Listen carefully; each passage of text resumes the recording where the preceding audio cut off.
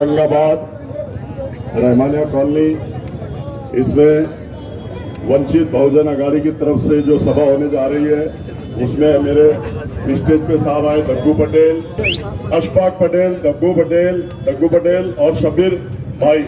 इन लोगों ने जो मुझे आकर स्टेज पे यहाँ पर साथ दिया, मेरे साथ आए, उनका मैं तहे दिल से शुक्रिया अदा करता हूँ। और आज यहाँ जो सभा होने जा रही है, तमाम मेरे नौजवान साथी, बुजुर्गों, दोस्तों और मेरी पर्दा नशीन माँ बहनें जो घर में सुन रहे हैं, उनको मेरा प्यार भरा अस्सलाम वालेकुम। अब आ जाओ भाई, आप लोग उधर से आ जाओ भाई। और एक अबू बकर भाई, आज लोकसभा के इलेक्शन होने जा रहे हैं। ये देश के भविष्य की बात है। लोकसभा के अंदर प्रकाश अंबेडकर साहब ने जो मेरे ऊपर जिम्मेदारी दी है, और ये जिम्मेदारी मेरे ऊपर उन्होंने दी और मैं आप लोगों के ऊपर दे रहा हूं, क्योंकि आप लोगों को वोट करके लोकसभा में भेजना है। अमित शाह मोदी के साथ आंखों में आंखें डाल के अफसर खान बात करेगा शेर बब्बर की तरह। जैसे आज कारपोरेशन में चुनाव बीजेपी से लड़ता है, वैसे अमित शाह मोदी के साथ आंखों में आंखें डाल के बात करेगा और मुसलमानों के रिजर्वेशन की बात करेगा, मुसलमानों के हक की बात करेगा। आज आप देख रहे होंगे हिंदुस्तान के अंदर टोपी के नाम पे मारा जा रहा है, दाढ़ी के नाम पे मारा जा रहा है, मोहम्मद लिंचिंग के नाम पे मारा जा रहा है। और मेरे कुरैशी बिरादरी, मेरे कुरैशी भाई जो गाड़ी में जानवर लेके आ रहे हैं, उनको रोक के विश्व हिंदू परिषद और बजरंग दल और आरएसएस रोक के उनके जानवर छीन ले रही है और उनको मार के और जानवर उठा के गौशाला में डाल दे रही है। अरे विश्व हिंदू परिषद, बजरंग दल, आरएसएस, तुम्हारे बाप का राज नहीं है। अब अफसर खान टक्कर देने के लिए आ रहा है। और आपने देखा होगा कि राज ठाकरे कहता है कि मस्जिद पे से भोंगे उतार दूंगा। अरे अब अफसर खान आ रहा है हिंदुस्तान के अंदर। राज ठाकरे, तेरे में दम नहीं है, एक भी मच्छी पे से भोंगा उतार के बता, तेरे हाथ वहीं रख दूंगा, नहीं तो अफसर खान दे दूंगा। दूसरी बात, यहाँ का जो जावेद भाई, आपने बोले कि शाहरुख खान, मैं बताता हूँ आपको, शाहरुख खान नहीं, वो शक्ति कपूर है। शक्ति कपूर है, वो नवनीत राणा को जवाब देता है। किसको देता है? एक लेडी नवनीत राणा को। और हैदराबाद के अंदर जो राजा सिंह है, वो हमारे हुजूर के शान में गुस्ताखी करता है। एक बार मुझे चुन कर दे दो, उसका जबड़ा चीर के उसकी जबान निकाल के कुत्तों को नहीं खिला दूंगा। एक बार चुन के दे दो प्लीज। आपने देखा होगा कि आज ये तरह तरह की बातें कर रहे हैं। एक मुसलमान के सामने मुसलमान को खड़े कर दिया गया।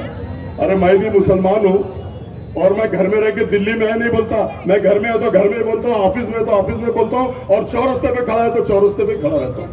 तेरे जैसा झूठा मक्कार नहीं है, तू मक्कार भी है और झूठा भी है।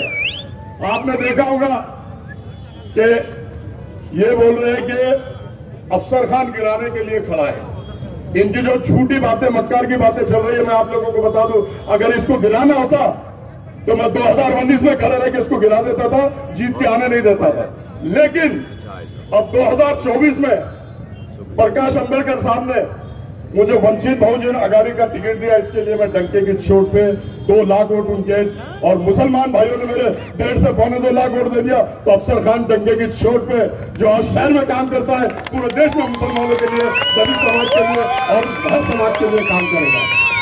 मैं आपको बता दूं, ये हैदराबाद में जब से इनकी पार्टी है 50-60 साल, 70 साल, ये सिर्फ 9 उम्मीदवार वहां खड़े करते हैं और 9 में 4 मुसलमान के खिलाफ 4 मुसलमान देते हैं कि भाई ये रूल इनको लागू नहीं है, हमको लागू है। मुनाफिकीन ये है, हम नहीं। हम तो डंके की चोट पे बात करते हैं, कौम और मिल्लत की हित में बात करते हैं। इन्होंने देखा अपने वर्ल्ड फेमस अजहरुद्दीन को गिरा दिया, शब्बीर अली को गिरा दिया, और इन्होंने और 2 मुसलमान को।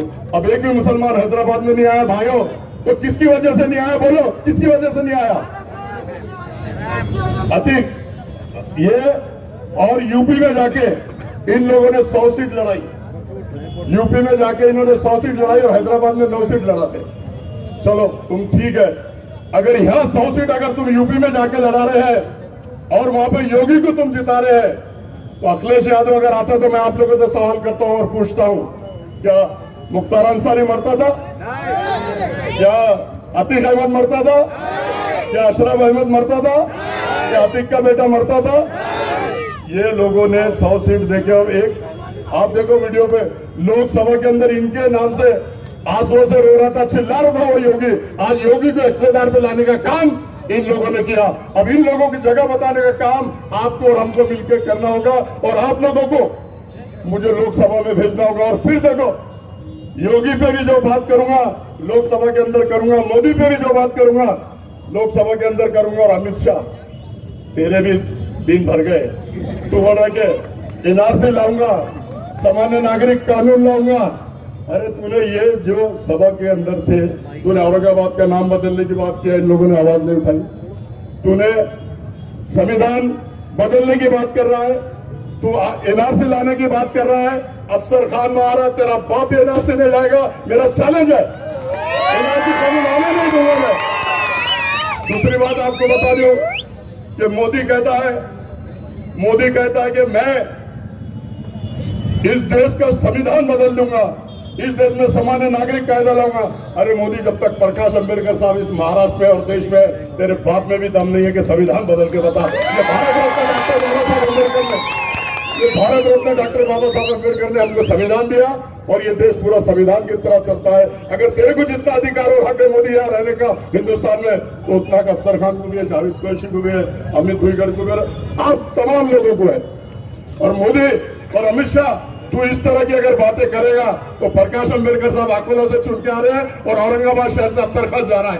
ये दो अफसर खान, उनका सिपाही आंखों में आंखें डाल के बात करेगा और संविधान बदलने नहीं देगा, ऐसा मैं आप लोगों से वादा करता हूं।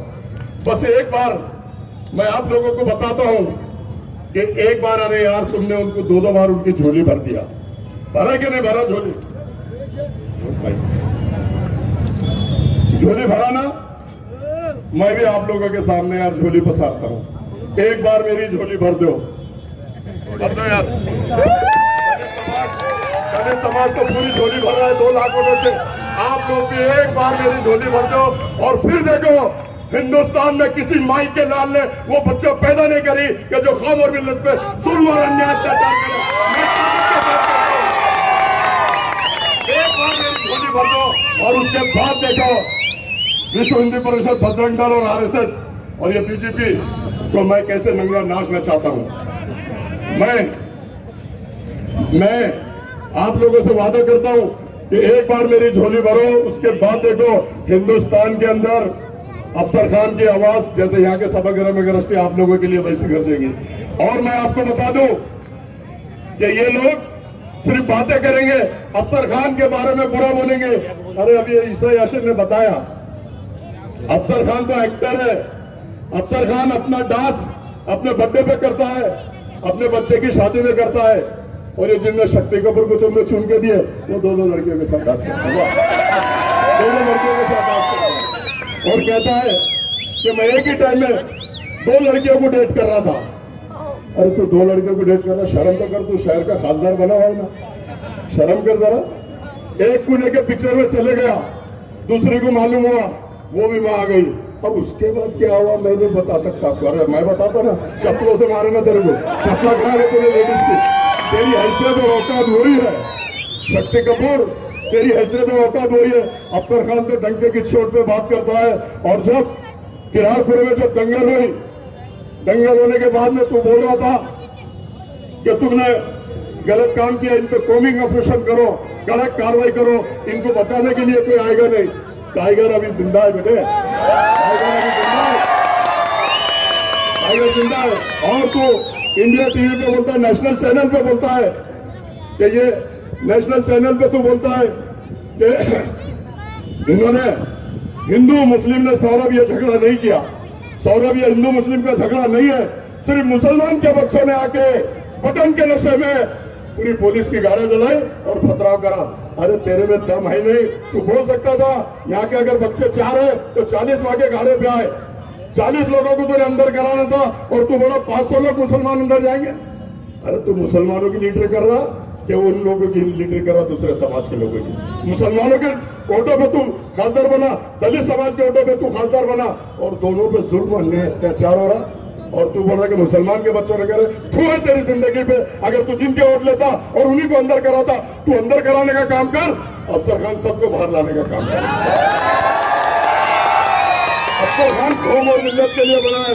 अफसर खान कौम और मिल्लत के लिए काम करता है। पिछले 25 साल से 3-3 मस्जिदें टूट रही थी, आप लोगों ने देखा होगा। अफसर खान ढाल की तरह मस्जिदों के भी सामने खड़ा और कोर्ट के अंदर भी माँ बहनों से वादा किया कि जब तक के एक बच्चा आपके घर नहीं पहुंचाऊंगा मैं कोर्ट का दामन नहीं छोड़ूंगा। और अल्लाह के फजलो करम से ये तो बड़ा था 6 महीने छूटेंगे नहीं, ऐसी कल में लगी हुई है। अल्लाह के फजलो करम से अल्लाह ने सुना, अफसर का दिल जानता और अल्लाह जानता। 1 महीने के अंदर से बात से भागा, 1 महीने में अल्लाह ने मारा। रमजान के महीने में मेरी माँ बहनें रो रही थी, चक्कर खा के गिर रही थी, तब तू कहाँ बैठा था? टेरिस पे पार्टियां कर रहा था। तू इनके ऊपर सुन के आया, उनका अध्यक्ष बोला कि मुंबई में एंजॉय करो, फालूदा पियो। वाह भाई वाह, माँ बहने चक्कर खा के गिर रही और तुम फालूदे पी रहे और एंजॉय कर रहे। और हयात लेके चलो, हयात लेके चलो, कायनात लेके चलो। चलो तो प्रकाश अम्बेडकर साहब सारी कौम और दलित समाज और पूरे देश को साथ में लेके चलो। अल्लाह हाफिज, खुदा हाफिज। 3 तारीख को 13 तारीख को मेरी निशानी है गैस सिलेंडर। आप लोगों को फजर पढ़ना है, अल्लाह का नाम लेना है, बिस्मिल्लाह बोलना है और 4 नंबर बटन ऐसा दबाओ, एक बटन दबेगा तो उनके मुंह पे अफसर खान जाके चूता मारेगा। ऐसा मैं कहता हूँ, एक बटन दबाओ, बटन नंबर 4, बटन नंबर 4 इतनी ताकत से दबाओ कि उनके मुंह पे एक चूता अफसर खान जाके मारेगा। ऐसा मैं कहता हूँ। अल्लाह हाफिज, खुदा हाफिज। अस्सलाम वालेकुम। स्टेज पे तशरीफ फरमा औरंगाबाद वंचित बहुजन अघाड़ी के जिला सदर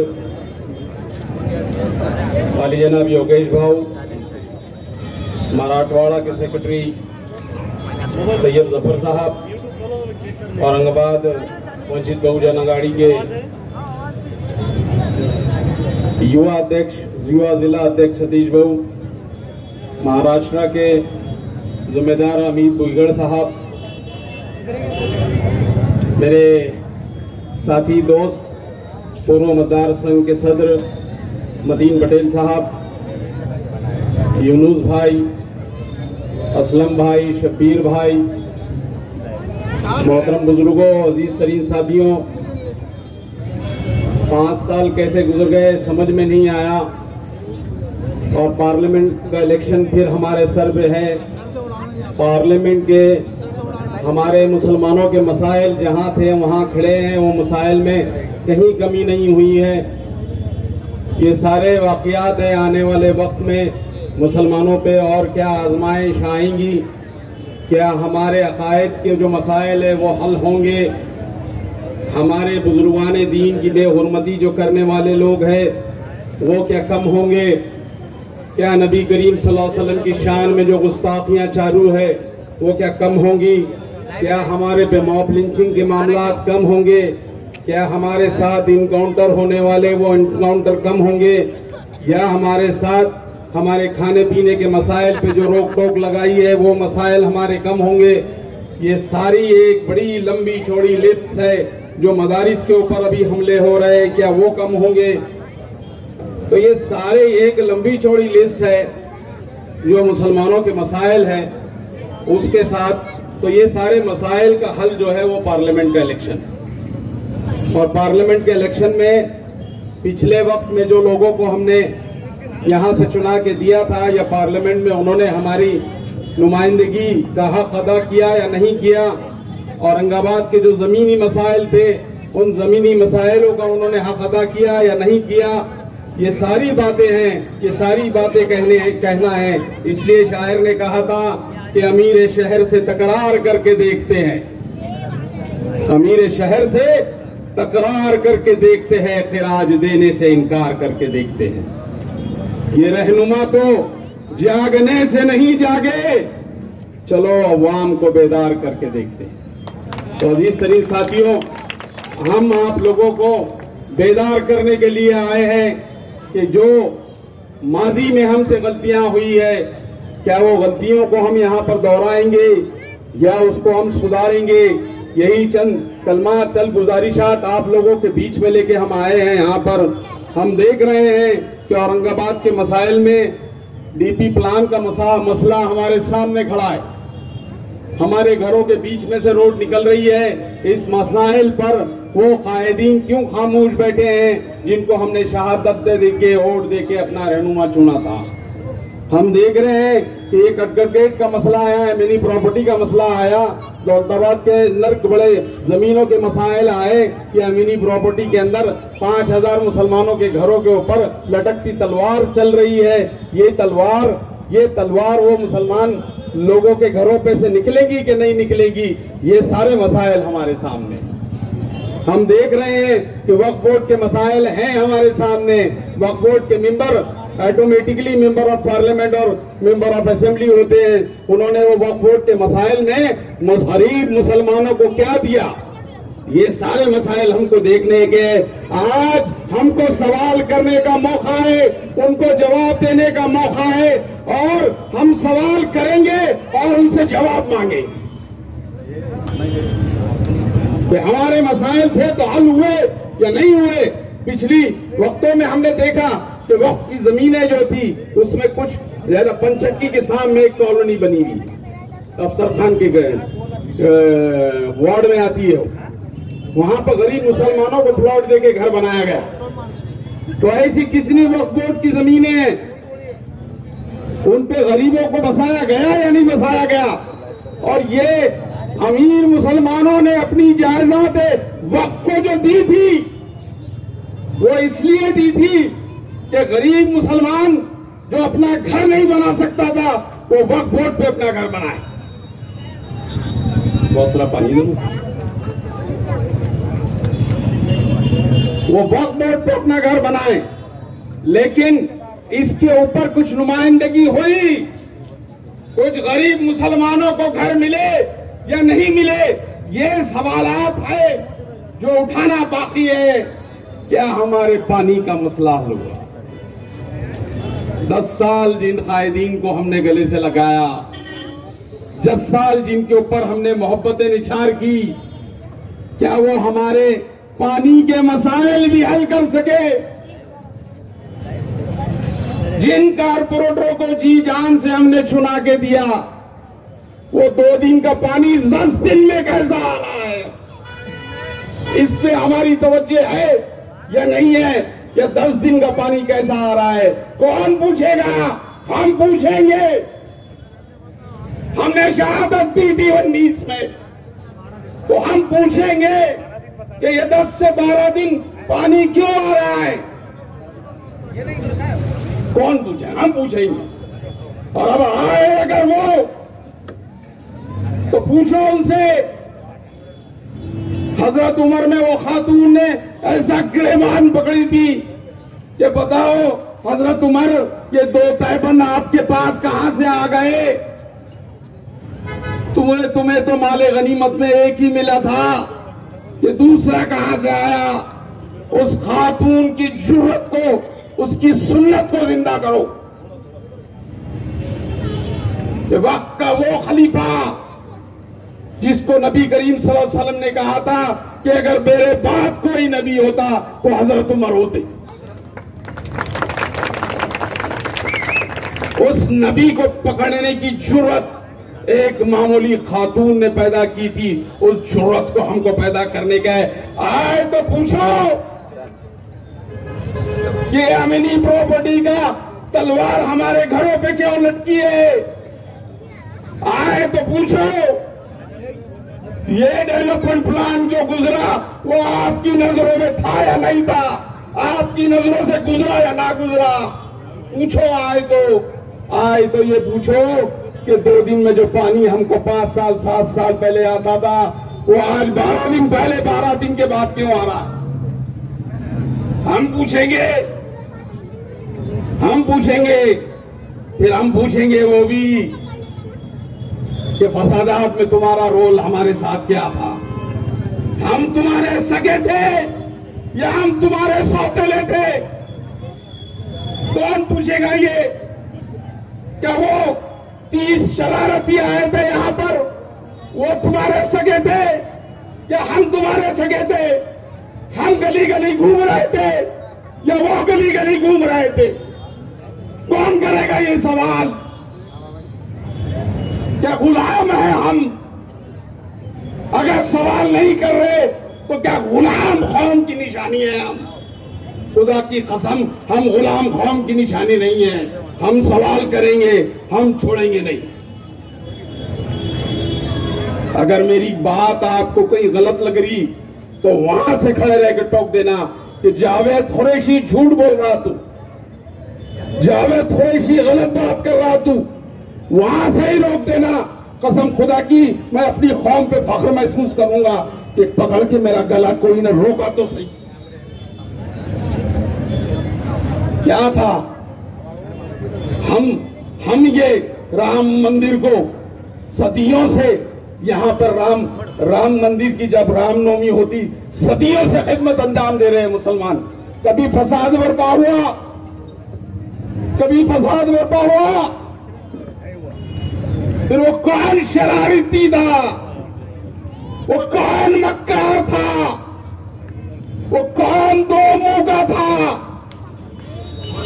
वो कौन था जो ये कह रहा था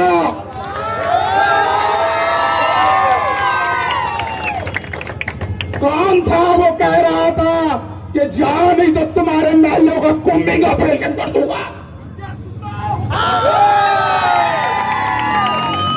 कौन करेगा सवाल ये?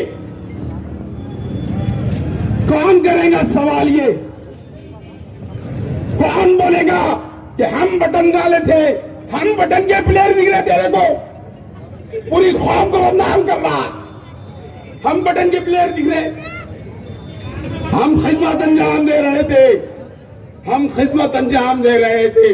जो शरारत करने वाले थे वो तेरे सगे थे क्या? तेरे सगे थे क्या? अगर वाकई तू मुसलमानों का कायद होता तो उन पे गुनाह दाखिल करके बताता। उस पे गुनाह दाखिल नहीं हुआ। अजीज तरीन साथियों, क्यों नहीं हुआ? हमको लकड़ी बताता, हमको लकड़ी बताता, और जिन पे गुनाह दाखिल है वहां खामोशी क्यों? मैं फिर कह रहा हूं, मैं गलत कह रहा हूं तो गला पकड़ो मेरा, यहां खंबे से लटका दो मेरे को, मैं लटकने को तैयार हूं अगर मैं झूठ बोल रहा हूं। अजीज साथियों, ये बहुत मसाइल है।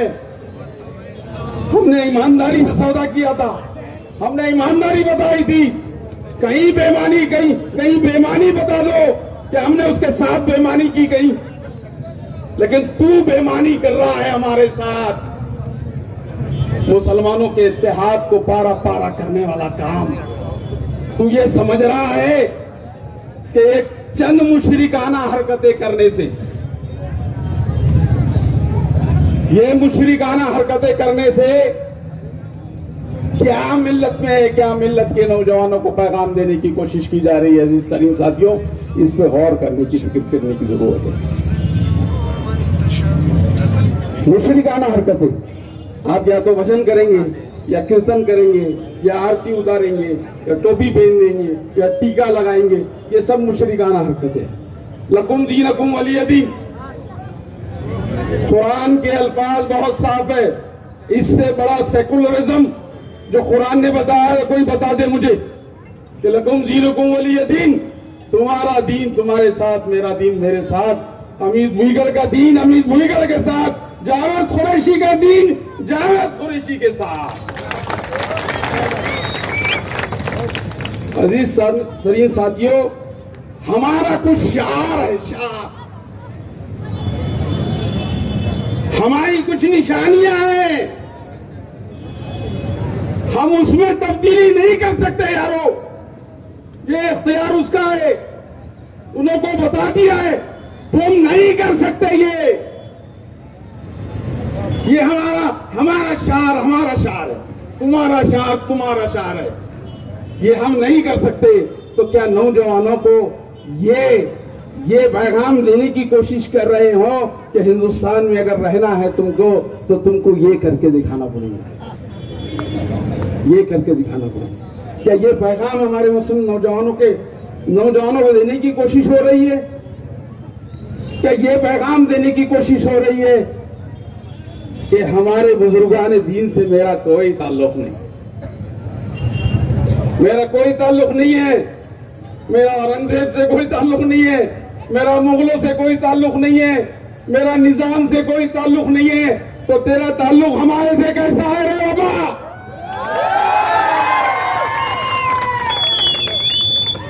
हमारे से तेरा ताल्लुक कैसा है फिर? तो किधर का नुत्फा है फिर? किधर का? हमारा नहीं है तो फिर किधर का?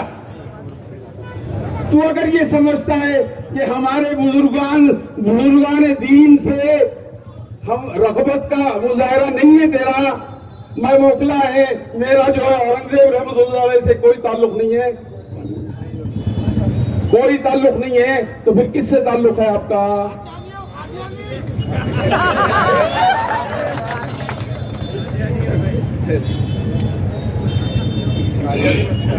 फिर किसके ताल्लुक है? मैं मुख्तसरन, बहुत वक्त का, मैं बहुत बड़े बड़े लोग यहाँ बोलने वाले हैं भी। औरंगजेब रहमतुल्लाह अलैह की तारीख एक बड़ी पिक्चर बन रही है कि अरे मैं पढ़ा लिखा है, मैं पढ़ा लिखा है, समझ रहे हैं आप? मैं पढ़ा लिखा है। मैं बताऊं कि अगर आप पढ़े लिखे हैं तो औरंगाबाद की तारीख की आपको क्या मालूमात है? औरंगजेब रहमतुल्लाह अलैह को आपने कितना पढ़े? कुछ पढ़े? वो बादशाह, बर्रे सगीर का सबसे बड़ा बादशाह जिसने 52 साल हुकूमत की, वो बादशाह से आपने अपना खतई ताल्लुक कर दिए। ठीक है, आप जाइए, आप शिवाजी के मावड़े, आप शिवाजी के मावड़े, शिवाजी महाराज के मावड़े रहिए, हमारे को कोई लेना देना नहीं तुम्हारे उससे, रहिए आप रहिए। आपकी औकात नहीं है औरंगजेब रहमतुल्लाह अलैह से अपना ताल्लुक जोड़ने की, आपकी हैसियत नहीं है उस शख्स के बराबर अपने आप को बैठने की, बनवाने की, उस हस्ती की। वो बादशाह बर्रे सगीर का सबसे बड़ा बादशाह, मुगल सल्तनत का सबसे बड़ा बादशाह, मुगल सल्तनत में सबसे ज्यादा हुकूमत करने वाला बादशाह, जिसका रहन सहन अगर आप देखते हैं ना तो गोकुल के कांटों का सालन खाने वाला बादशाह, जौ की रोटी का सालन खाने वाला बादशाह, चटाई पे सोने वाला बादशाह, कुरान लिख के अपनी रोटी रोजी चलाने वाला बादशाह, टोपियां सी के अपनी रोटी रोजी चलाने वाला बादशाह, ये वो बादशाह है जिसपे हमारे जैसे लोगों को ही फख्र है, और हम फख्र से कहते हैं कि वो हमारा पीर है, वो हमारा मुर्शिद। हमारे को तुमसे लेना देना नहीं, तुम्हारी हैसियत नहीं है वो कि तुम अपना ताल्लुक भी उससे जोड़ो। और अब अगर तुम औरंगजेब रहमतुल्लाह अलैह की खबर को जाके टच करेंगे तो याद रखो तुम्हारी ये मुनाफिकत बर्दाश्त नहीं की जाएंगी, तुम्हारी ये मुनाफिकत बर्दाश्त नहीं की जाएगी, क्योंकि तुमने इनकार कर दिया, अब तुमने इनकार कर दिया उस शख्सियत को जो ज़ैनुद्दीन शिराजी रहमतुल्लाह अलैह की बगल में अपनी खबर बड़ी शान से सादगी से बैठा है, सो रहा है वो बंदा, सारे लोग आ रहे हैं उसके ऊपर। क्या पढ़े लिखे तुम? अरे तुम पढ़े लिखे जाहिल हो, तुमको मालूम नहीं है उस शख्सियत के कारनामे। इस औरंगाबाद के अंदर जितने बड़े बड़े मनादिर है उस दौरे हुकूमत में ही हिंदुओं को नसीब हुए थे। वो कोई इनकार नहीं करता, वो दस्तावेजात के ऊपर औरंगजेब रहमतुल्लाह अलैह की देन थी वो भी। अजीज साथियों, आने वाला वक्त नाजुक है, ये आपको सबको समझ रहा है, लेकिन आने वाले वक्त में आपको मुनाफिक को पहचानने की जरूरत है कि कौन मुनाफिक है। मुझे भरोसा है ये 12-13 दिन में इंशाअल्लाह मैं आपको बता दूंगा कि ये हाजिरी देगा औरंगजेब रहमतुल्लाह अलैह के पास, ये हाजिरी देगा। और सुन ले, अगर तू हाजिरी नहीं देगा तो मुसलमान तेरे को तेरी हैसियत बता देंगे।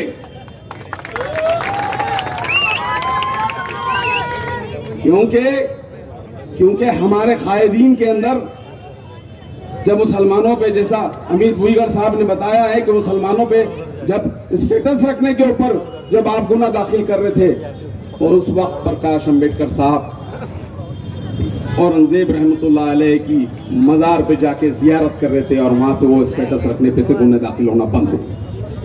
नहीं। उसके बाद औरंगजेब रहमतुल्लाह पे एक लंबा सिलसिला चालू हो गया और जब ये हमारा शेर, जब उनको टिकट डिक्लेयर हुआ तो सबसे पहले हाजिरी देने वाला यही शेर था।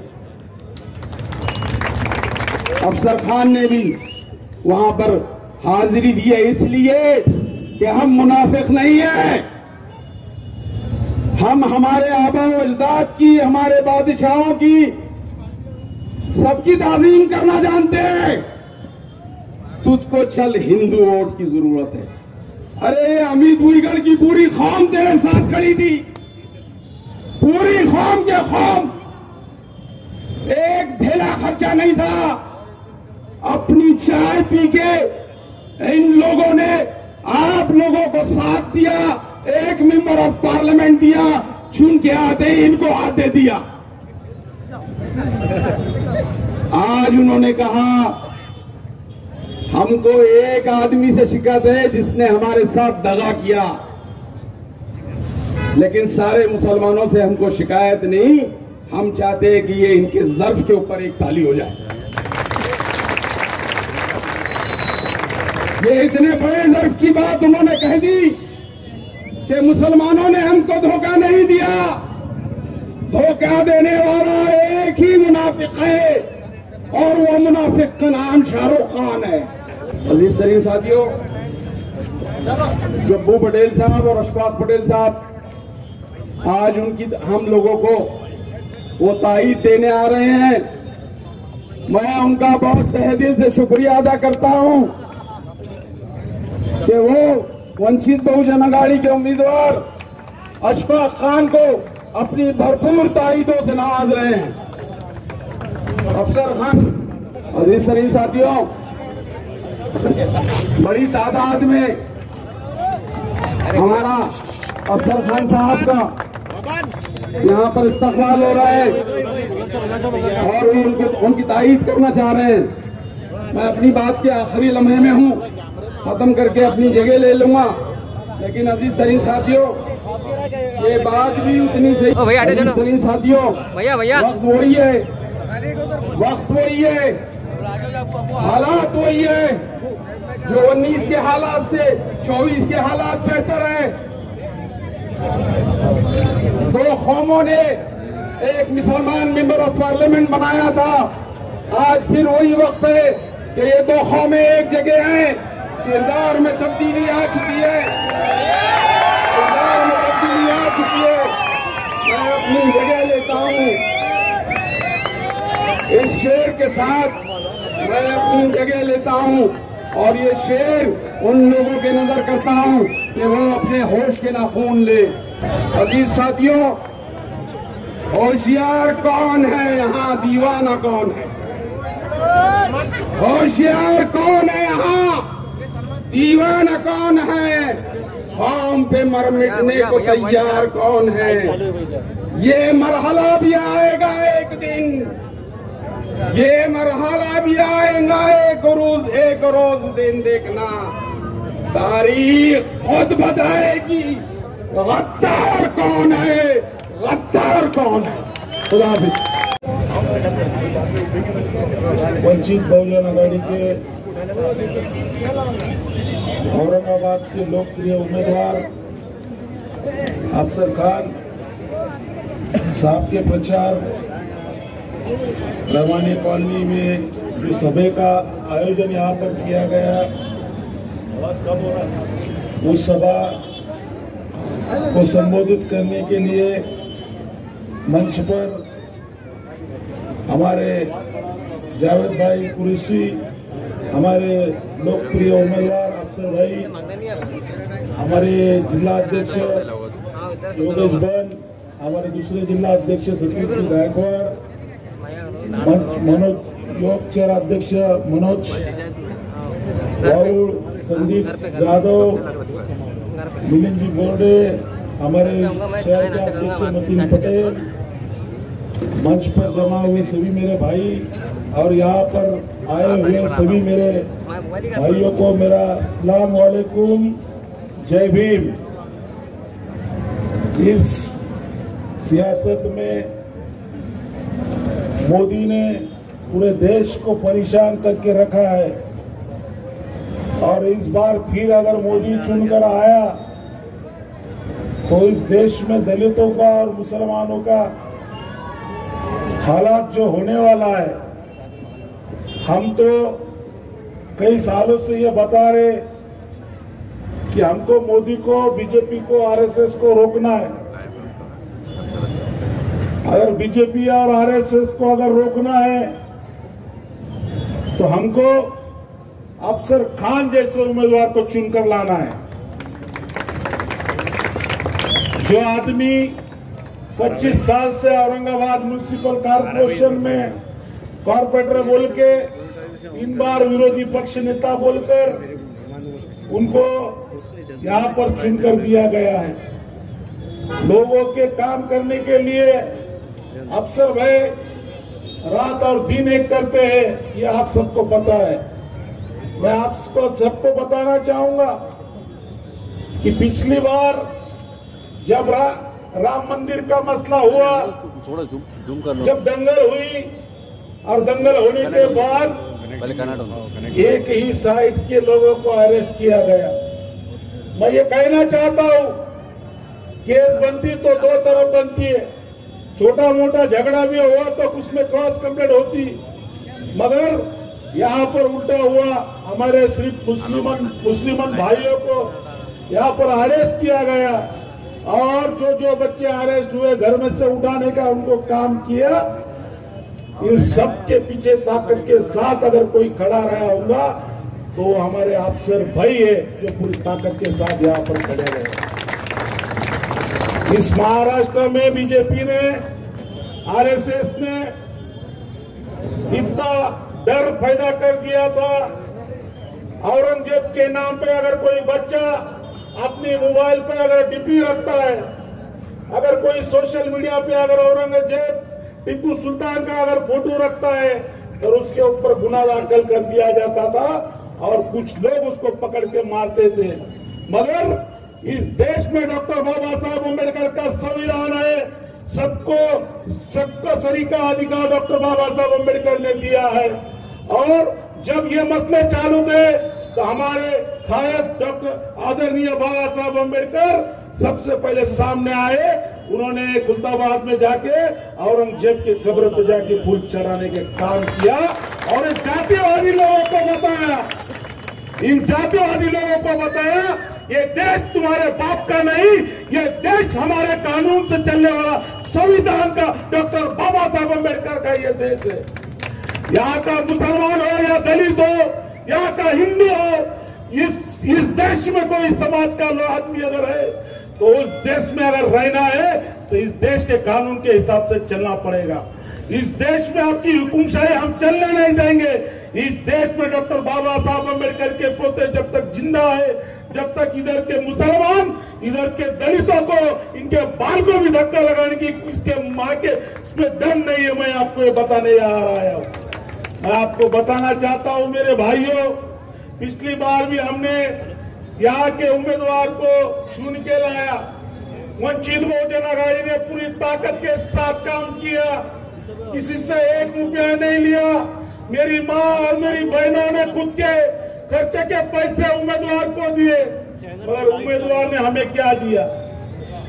ये उम्मीदवार ने हमको क्या दिया? हमको सिर्फ धोखा मिला।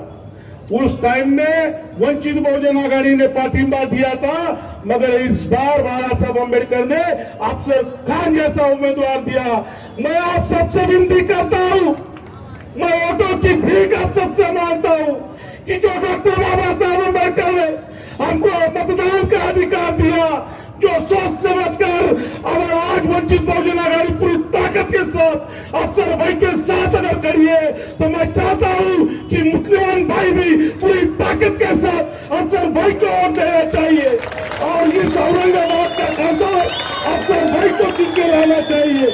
यह सबसे वोटों की भीख मांगता हूं मेरे भाइयों। आप ये बात को समझो, सेना और खैरे में एक लड़ाई है, मगर हमारी लड़ाई सीधा सीधा खैरे के साथ अफसर भाई की ये लड़ाई है। 2-2.5 लाख मतदान दलितों का, ओबीसी का, बहुजनों का वोट अफसर भाई के पदरे में आया हुआ है। हम चाहते हैं कि जो 2019 को हुआ, इस ताकत के साथ हमने काम किया, 2024 को भी हम उसी ताकत के साथ हम काम करना चाहते हैं। मैं चाहता हूं कि ये यहाँ के मुसलमान है क्या दलित मेरे भाई है, मेरे बहन है, इन पे कोई अन्याय अत्याचार अगर होता होगा तो वंचित बहुजन आघाड़ी सबसे पहले सामने खड़ी है। कुछ दिन पहले आप चाहते देखे होंगे इस महाराष्ट्र में दंगे करवाने की कोशिश की। हमारे इस महाराष्ट्र में राज ठाकरे नाम का आदमी है, उसने कहा कि मस्जिदों के भोंगे बंद करो। अरे ये क्या किसी की बाप की जागीरदारी नहीं है? इस देश में डॉक्टर बाबा साहब अम्बेडकर का संविधान है और हम बाबा साहब अम्बेडकर सबसे पहले उनके बेटे सुजात साहब अम्बेडकर रास्ते पे आए और उन्होंने बताया कि कौन माइका लाल है जो मस्जिद पे के भोंगे निकालने का काम करेगा। सबसे पहले हम रास्ते पे उतरेंगे और उनका विरोध करेंगे। ये हमने हर बात किया। और पूरा एक दिन हमको जब हमने यहाँ पर आंदोलन किया तो हम सबको जेल में रखने का काम ये सरकार ने किया, मगर हम पीछे हटे नहीं। 2013 में जब आजा उसका काम नहीं हो रहा था मेरे भाइयों, तो जब वंचित बहुजन आघाड़ी ने जाके उस जगह का ताबा लिया, बाबा साहब अम्बेडकर हमेशा हमारे मुस्लिम भाइयों के साथ में। और जब मैं खुद बहुत दिन तक जेल में रहा, ये सरकार को हमने मजबूर किया और आज एक बड़ा हज हाउस या औरंगाबाद जिले में बना है। मैं आप सबसे यही विनती करने यहाँ आया हूँ कि आप सब भाई जैसा एक उम्मीदवार है जो लोगों के सुख में दुख में तुम्हारा सुख दुख सब समझता है, तुम्हारे साथ में रात में खड़ा रहता है, दिन में खड़ा रहता है।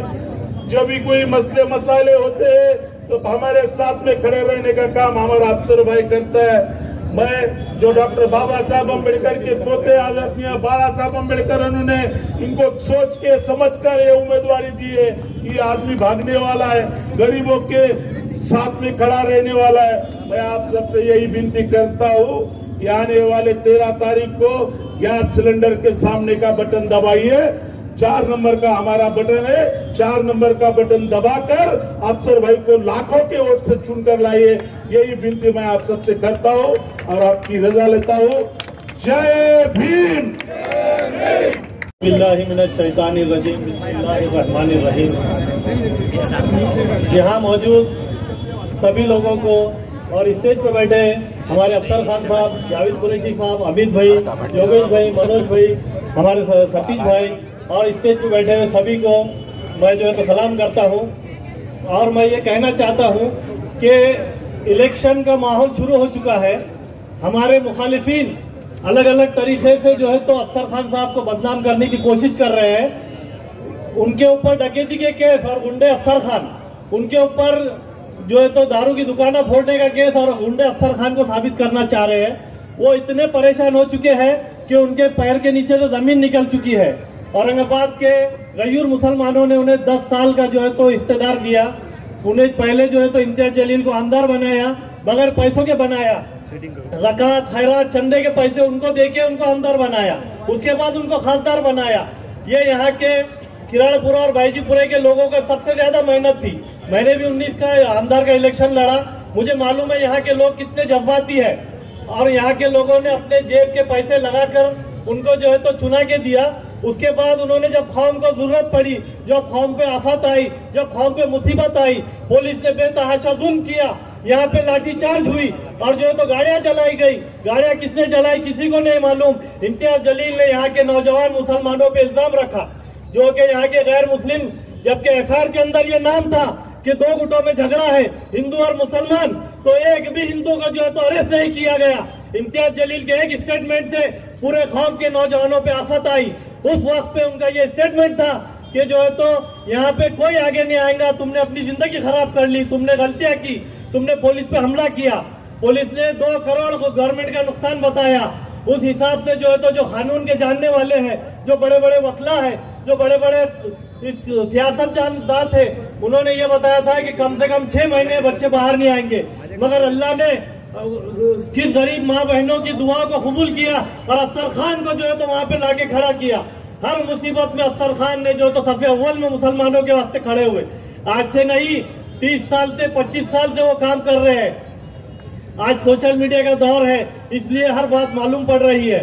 मैं जो है तो ये बताना चाहूंगा कि जब सोशल मीडिया का दौर नहीं था, अफसर खान ने उस वक्त से मस्जिदों के लिए, दरगाहों के लिए और कौम के लिए हमेशा सफ़े अव्वल में रहे। आज जो है तो उनको बदनाम किया जा रहा है। उनके ऊपर 25-25 के उनके कारपोरेटर जो है तो औरतों को नंगे कर रहे हैं और अफसर खान गुंडा है। उनके कारपोरेटर औरतों को नंगी वीडियो बना के वायरल कर रहे हैं, उनको ब्लैकमेल कर रहे हैं और अफसर खान गुंडा है। अरे ये कहाँ का इंसाफ है भाई, ये कहाँ का इंसाफ है? उनको इख्तियार में देने के बाद उन्होंने जो है तो मुसलमानों को नुकसान के सिवा कुछ नहीं दिया। उनको इख्तियार में देने के बाद उन्होंने मुसलमानों को तकलीफ और आंसुओं के सिवा कुछ नहीं दिया। मुसलमानों को डेवलपमेंट नहीं चाहिए, उनको सिर्फ दवाखाने और कोर्ट और पुलिस स्टेशन में काम आ जाओ, वो तुम्हें दुआओं से नवाजते। आज जो है तो अफसर खान गली से दिल्ली के नेता बन चुके हैं। ये सिर्फ यहाँ की माँ बहनों की दुआओं का नतीजा है और उन नौजवानों की दुआओं का नतीजा है जो जेलों में रमजान के अंदर तड़प तड़प के अपने घर वालों के लिए रो रहे थे, आंसू बहा रहे थे और उनकी माँ बहनें कोर्ट के अंदर बेहोश हो रही थी रोजे की हालत में।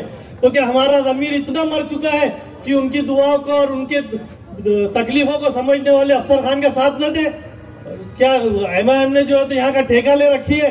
अब 2 बार उनको इख्तियार में दे चुके हैं, अब उनको बाय बाय करने का टाइम आ चुका है। यहाँ बोलने वाले बहुत सारे लोग हैं। मैं जो है तो सबसे ये इल्तिजा करूंगा कि जो है तो अल्लाह के वास्ते, अल्लाह के रसूल के वास्ते जो है तो आने वाली 13 तारीख को वंचित बहुजन आघाड़ी के अधिकृत उम्मीदवार अफसर खान साहब को गैस सिलेंडर के 4 नंबर को बटन दबा के इनको जो है तो अपने को दिल्ली पहुंचाना है इंशाअल्लाह। अल्लाह हाफिज। अस्सलाम वालेकुम वरहमतुल्लाहि वबरकातुहू। अजीज़ान मिल्लत इस्लामिया, शहर औरंगाबाद के बाज़ौक़ लोग, बाफ़िक्र लोग तो ये जानते हैं कि इन दिनों लोकसभा का चुनाव शुरू हो चुका है। हम सियासी प्रतिक्रिया के बीच में आ चुके हैं। वंचित बहुजन आघाड़ी की जानिब से आज हमारे अपने शहर, हमारे अपने महल्ले में वंचित बहुजन आघाड़ी का ये सभा ये ऐलान करती है कि आने वाले दिनों में जो लोकसभा के चुनाव होना है, उन लोकसभा के चुनाव को एज अ मुस्लिम हमको किस नजरिए से देखना चाहिए और हमें इस चुनाव को किस नजरिए से देखना चाहिए और किन मुद्दों को हमको इन चुनाव के अंदर सामने रखना चाहिए, क्योंकि चुनाव यकीनन एक दिन में खत्म होता है, लेकिन चुनाव के असरात 5 साल तक हम पे पड़ते रहते हैं। वंचित बहुजन आघाड़ी के लाड़के नेता अली जनाब अमित भाऊ भुईगढ़ हमारे बीच में आ चुके हैं। मैं अमित भाऊ का इस्तकबाल करता हूं।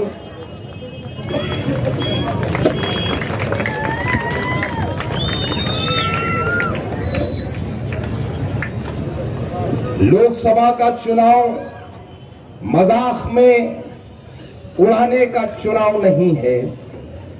लोकसभा का चुनाव ये तय करेगा कि आने वाले दिनों की हुकूमत हम पे क्या कानून लागू करेगी, आने वाली हुकूमत संविधान के अंदर क्या बदलाव करेगी और क्या बदलाव नहीं करेगी। क्योंकि जो हुकूमत इन दिनों हिंदुस्तान पे काबिज है, उसने जो भी कानून बनाया वो हिंदुस्तान की जनता के मुखालिफ में रहा। जनता उसके कानून के मद्दे मुकाबिल सड़कों पर उतरी। किसानों के लिए कानून बने, किसान सड़कों पर उतरा कि ये कानून हमें मंजूर नहीं है, लेकिन सरकार की तरफ से ये जताने की, ये बताने की कोशिश की गई कि ये कानून किसानों के हक में है, जबकि किसानों ने उन कानूनों को मानने से इनकार किया और सड़कों पर उतरे। मुसलमानों के सिलसिले में 3 तलाक का कानून पास किया गया। मुसलमान सड़कों पर उतरा, ये बताया कि ये कानून हमें मंजूर नहीं, ये कानून हमारे हक में नहीं, ये कानून शरीयत के अंदर खिलाफ वर्जी पैदा करता है, लेकिन ये हुकूमत मानने को तैयार नहीं और उन्होंने हम पर यह कानून को थोपा 3 तलाक का। उसके बाद इस मुल्क के अजीज हिंदुस्तान में सीए, एनआरसी, एनपीआर के नाम से सोचा छोड़ा गया कि हम एनआरसी करेंगे। जिस मुल्क के अंदर आपको सेंसेक्स करना चाहिए था, जिस मुल्क के अंदर आपको पॉपुलेशन की गिनती करनी चाहिए थी, जिस मुल्क के अंदर आपको हर 10 साल में सेंसेक्स करना जरूरी था, उस मुल्क में आपने पिछले 15 सालों में सेंसेक्स नहीं किया, लेकिन एक शोशा जरूर छोड़ा कि हम सीएए, एनआरसी और एनपीआर लेकर आएंगे और हम बताएंगे, हम कागज मांगेंगे कि बताओ तुम हिंदुस्तानी हो कि नहीं हो। इस कानून को मानने से इस देश के लोगों ने मना किया, हुकूमत मानने को तैयार नहीं, और जो है तो फिर हमारे लोग सड़कों पर उतरे। गली से लेकर दिल्ली तक शाहीन बाग के नाम पर हमारी बहनें, हमारी माएं सड़कों पर सर्द रातों में बैठी रही, लेकिन इस जालिम हुकूमत पर, इस जालिम हुकूमत की कान पर जू तक नहीं रहेंगी। इलेक्शन शुरू होने से कबल यूसीसी का अनाउंसमेंट होता है, देश मुखालिफ में है, देश कहता है हमें यूसीसी नहीं चाहिए, लेकिन हुकूमत अपनी आदत खराब होने की वजह से जनता की सुनने को तैयार नहीं और वो जबरदस्ती हम पे यूसीसी लागू करने पर लगी हुई है। इन तमाम मुद्दों को याद दिलाने की वजह क्या है? क्योंकि इन तमाम मुद्दों में हमें देखना होगा कि इन तमाम मुद्दों के सिलसिले में हमारे कंधे से कंधा लगाकर कौन खड़ा था। हमें देखना होगा कि आने वाले 5 सालों में हमारी नुमाइंदगी लोकसभा के अंदर किसने करनी चाहिए। हम पर इमोशनल अत्याचार हो सकते हैं, हमें सेंट्रल का खौफ दिखाया जा सकता है, लेकिन मैं मुसलमानों से कहता हूं कि मुसलमान बाज़ौक़ कौम होती है, और अगर बाज़र्फ और बाज़ौक़ कौम ही बगैर सोचे वोट दे, सिर्फ जज्बात में आकर, तो उस कौम को अपने गिरेबान में झांकने की जरूरत है कि हमारे खिलाफ कानून क्यों पास होते हैं। हम अपनी हुकूमतें तय नहीं कर पा रहे। किसी ने क्या खूब कहा, सबब तलाश करो अपने हार जाने का, सबब तलाश करो अपने हार जाने का, किसी के जीत पे रोने से कुछ नहीं होगा। हम लोग किसी के जीत पे रो रहे कि 10 साल हो गए बीजेपी की हुकूमत सत्ता में बैठी हुई है, लेकिन हम ये नहीं सोच रहे कि क्यों 10 साल होने के बावजूद भी बीजेपी की हुकूमत सत्ता में बैठी हुई है। इस मुल्क के अंदर हमारी तादाद 15 से 20% है और इलेक्शन का रिजल्ट 35 से 40% में तय होता है, यानी कि हमारे वोट आधा रिजल्ट तय करते हैं कि हम आने वाले दिनों में क्या होगा। लेकिन 20% हम होने के बावजूद हमारे खिलाफ की सरकारें किस तरह सरकारों में बैठ जाती है और हमारे खिलाफ प्रोपेगेंडे चलाए जाते हैं, इस बात के ऊपर हमको सोचने की जरूरत है। बात कर रहा था मुल्क के अंदर के मुद्दों की, और ये याद दिलाना चाह रहा था कि आप तमाम के इन मुद्दों में आपके कंधे से कंधा लगाकर, आपके हर दुख में, हर सुख में, हर मोड़ पर अगर कोई शख्सियत आपके साथ खड़ी थी तो आदरणीय प्रकाश अंबेडकर की थी। सीएए का मसला आया, आदरणीय बाला साहब ने बंबई को बंद कर दिया, एनआरसी के वक्त बंबई बंद की गई और पूरे मुल्क के अजीज हिंदुस्तान के अंदर जब आकाए नामदार हजरत मोहम्मद सल्लल्लाहु अलैहि वसल्लम की शान में गुस्ताखियां की जा रही थी, तब अगर किसी ने इस महाराष्ट्र की विधानसभा में एक बिल पेश किया पैगंबर मोहम्मद बिल के नाम से, तो उस शख्सियत का नाम भी आदरणीय प्रकाश अम्बेडकर था। अब ये रहने एक मुद्दा जो शहर औरंगाबाद में खास कर प्री प्लानिंग के साथ व्हाट्सएप यूनिवर्सिटी के जरिए ये फैलाया जा रहा है कि शहर औरंगाबाद में मुसलमान के विरोध में बाला साहब ने मुसलमान को दे दिया। तो मैं मुसलमानों के इस मजमे में आप तमाम को ये याद दिलाता चलूं कि इस महाराष्ट्र की 48 सीटों पर न एनसीपी, न कांग्रेस, न शिवसेना, न दिगर किसी पार्टी की हिम्मत हो सकी कि वो एक मुसलमान कैंडिडेट कहीं से खड़ा कर दे, लेकिन एकमात्र वंचित बहुजन अघाड़ी है जिसने अफसर खान साहब को मिलाकर इस महाराष्ट्र की 48 सीटों में से 7 सीट मुसलमानों को दी है। रही बात औरंगाबाद की, तो औरंगाबाद में मौजूदा खासदार को खासदार बनाने वाले अगर कोई लोग थे तो वो वंचित बहुजन अघाड़ी के लोग थे। मौजूदा खासदार को कुर्सी पर बिठाने वाले अगर कोई लोग थे तो वो वंचित बहुजन अघाड़ी के लोग थे। और जो ये कह रहे हैं कि वंचित बहुजन अघाड़ी ने समर्थन देना चाहिए था, मैं ये आज इस मुसलमानों के मंच से ऐलान करता हूं कि ये आपका अखलाकी फर्ज बनता है कि पिछली बार वंचित बहुजन अघाड़ी ने आपको कुर्सी सजा कर दी थी, इस बार आपका अखलाकी फर्ज बनता है कि आप वंचित बहुजन अघाड़ी को कुर्सी सजा कर दें। महज प्रोपेगेंडो की सियासत से कुछ नहीं होने वाला, महज प्रोपेगेंडो की सियासत से कुछ नहीं बदलने वाला।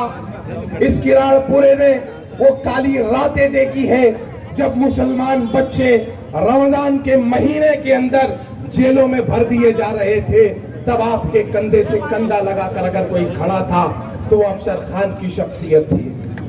आप अलग अलग मुद्दों के अंदर भड़काकर, अलग अलग मुद्दों को जन्म देकर इस बार की राजनीति को भड़का नहीं सकते और लोगों के जहनों को जो है तो भड़का नहीं सकते। वंचित बहुजन अघाड़ी अपने काम बताकर वोट मांग रही है, किसी के फोटो और वीडियो बताकर वोट नहीं मांग रही है।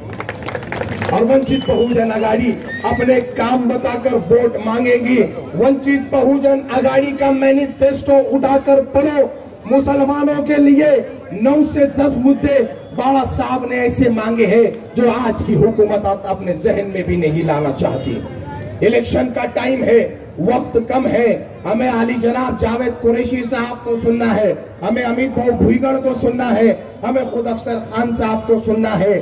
चूंकि हमारी जिम्मेदारी है कि हम पक्ष की तरफ से आप तमाम के बीच में बात रखें। मैंने अपनी बात को रखा और आप तमाम को ये ऐलान करता हुआ ये बताता चलूं कि आने वाली 13 तारीख को अगर हमारा वोट कहीं जाए तो वो निशानी गैस सिलेंडर की होना चाहिए, बटन नंबर 4 होना चाहिए और कैंडिडेट अफसर खान होना चाहिए। इसके अलावा हमारा वोट नहीं बचना चाहिए।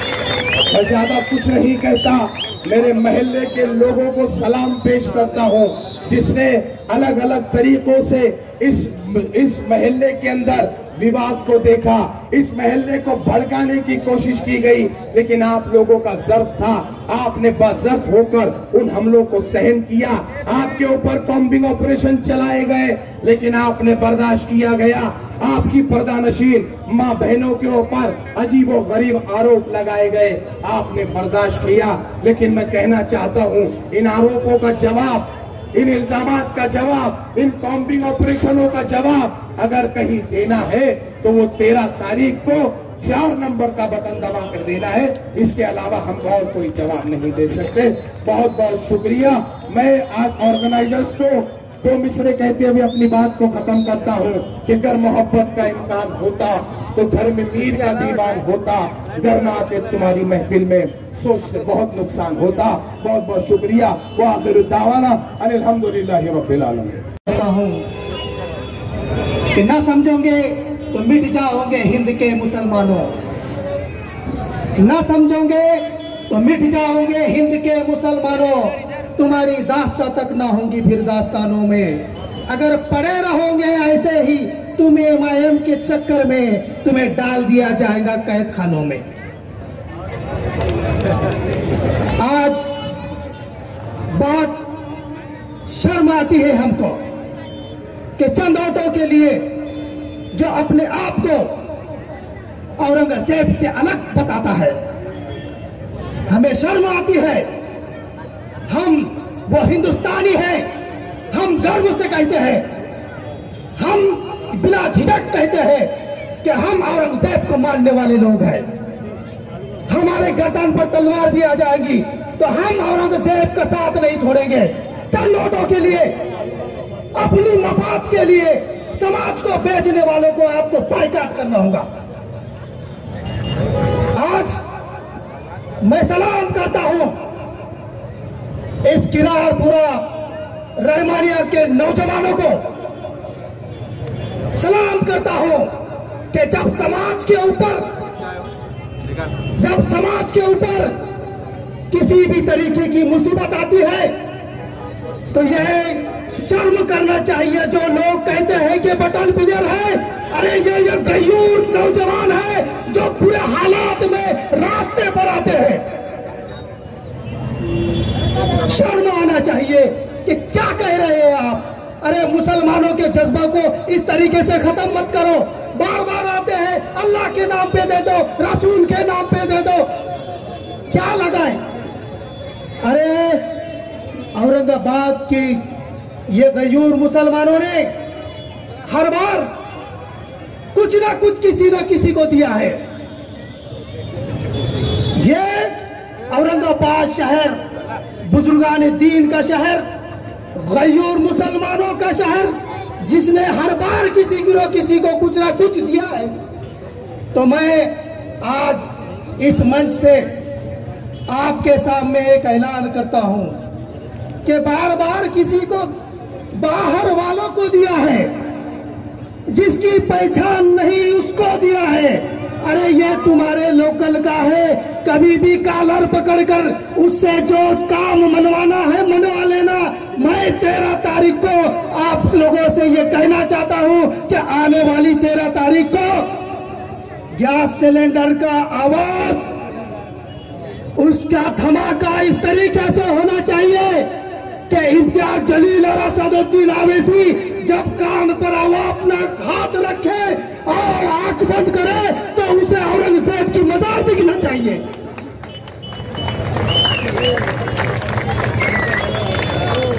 हम औरंगाबाद के गयूर मुसलमान हैं। हम किसी बजरंग दल, आरएसएस, बीजेपी से डरने वाले लोग नहीं हैं। अरे चंद वोटों के खातिर तुम उस बुजुर्गान दीन को कहते हैं कि गेले मिले पढ़ ले। अरे ये शेर, ये तमाम शेर जब भी वक्त हालात आएगा तो बता देंगे कि औरंगजेब की मोहब्बत इनके दिल में कितनी है। मैं ज्यादा ना कुछ कहते हुए सिर्फ एक बात कहूंगा कि आने वाली 13 तारीख को अफसर खान साहब को बहुमत से जिताइए और अपना जो हक का जिम्मेदार है उसे हक देने का काम कीजिए। अल्लाह हाफिज।